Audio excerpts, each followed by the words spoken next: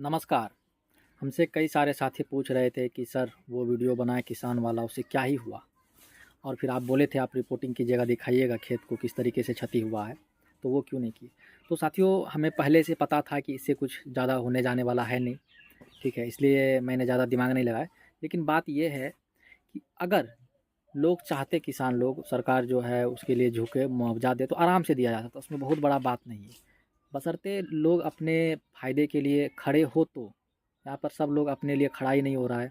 Vote देते वक्त जो है, अगर देखो सर, किसान लोगों को, मजदूरों को एक यूनियन की तरह काम करना चाहिए, एक ट्रेड मतलब यूनियन की तरह, प्रेशर ग्रुप की तरह काम करना चाहिए कि सरकार अगर उसके बेनिफिट के, उसके जो फ़ायदा है उसके विपरीत या अगेंस्ट में जाए तो वो जो है उनको नुकसान कर सकते हैं एज वोट, मतलब उनको वोट नहीं देंगे अगर वो उनके हित में फैसला नहीं ले तो।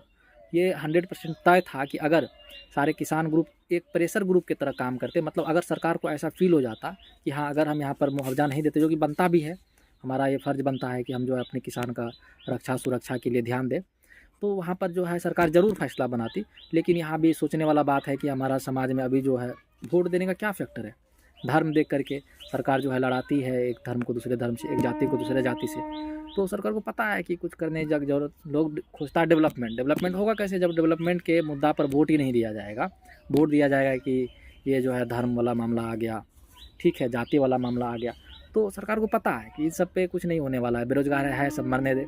कितना भी बेरोज़गार आदमी अनशन करे, अभी क्या ना एसएससी वाला, एसएससी पे कितना सारा लड़का जो है धरना दे रहा था दिल्ली में, क्या हुआ? कुछ नहीं हुआ, पता था। तो पता है इन लोग ऐसे 10-15 दिन बाप करेगा, अपने जाके फिर भीख मांगेगा रोड पे। तो यहाँ पर समझना चाहिए कि प्रेशर ग्रुप की तरह अगर काम नहीं कर रहा है कोई चीज़, तो उसका कोई वैल्यू नहीं है, इंपॉर्टेंस नहीं है डेमोक्रेसी में। इसलिए हर किसी को अपने हक के लिए खड़ा होना चाहिए। आपको ये सवाल पूछना चाहिए सरकार से कि क्या ये जो है, अगर हम खेती किए हैं तो हमारा यहाँ पर हक बनता है कि नहीं बनता है कि जितना लागत कम से कम हुआ है हम उतना ले पाए। बहुत जगह पे होता भी है, अगर कहीं पर भी कोई नेचुरल कैलेमिटीज आती है तो सरकार उसको देखती है। लेकिन यहाँ पर कुछ नहीं होने वाला है। यहाँ पर असल मुझे पहले पता था। अब ज़्यादा बाप करने से कुछ नहीं हो सकता है। यहाँ पर लोगों को समझना पड़ेगा, लोग को यहाँ पर जागरूक, समझदार बनना पड़ेगा। मेन चीज़, लोकतंत्र तभी चल सकता है जब लोग यहाँ पर समझदार होंगे। अगर वोट इस मसले को देख करके दिया जा रहा है, जाति और धर्म को, तो कुछ नहीं हो सकता है। बंटाधार है, जैसे अंग्रेज थे ना, डिवाइड एंड रूल का पॉलिसी खेलते थे कि एक धर्म को दूसरे धर्म से लड़ाओ इस तरीके से और फिर मज़े से रूल करो। एक जाति को दूसरे जाति से लड़ाओ। कितना सारा कॉन्स्टिट्यूएंसीज वो जो है अलग अलग इस बेसिस पे क्रिएट किए थे।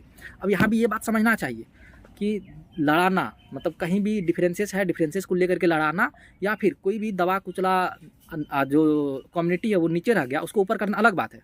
जैसे तुम ये कहोगे कि अंग्रेज जो है डिवाइड एंड रूल बेस पे काम किए थे, लेकिन वही भीमराव अम्बेडकर साहब जो थे, वो जो निचले जाति थी उनके हक के लिए आवाज़ उठाए थे। हम इसलिए कहते हैं डेमोक्रेसी मतलब क्या, आप अपना हक के लिए सवाल पूछिए, आप अपने फ़ायदे के लिए, आप अपने अधिकार के लिए लड़िए, यही असली में डेमोक्रेसी है। अगर जाति धर्म वाले मुद्दे प्रिविलेज करेंगे तो देश का बैक साइड पीछे जाना तय है। और हम तो बोलेंगे भाई पॉलिटिकल साइंस का मास्टर है, और हम नहीं बोलेंगे तो कौन बोलेगा? मेरा काम है बोलना, और हम हमेशा बोलते रहेंगे कि आप अपने हक के लिए, अधिकार के लिए लड़िए। अगर आपका क्षेत्र में कोई दिक्कत है तो आप अपने क्षेत्र के लिए आवाज़ उठाइए, अपने लिए संघर्ष कीजिए।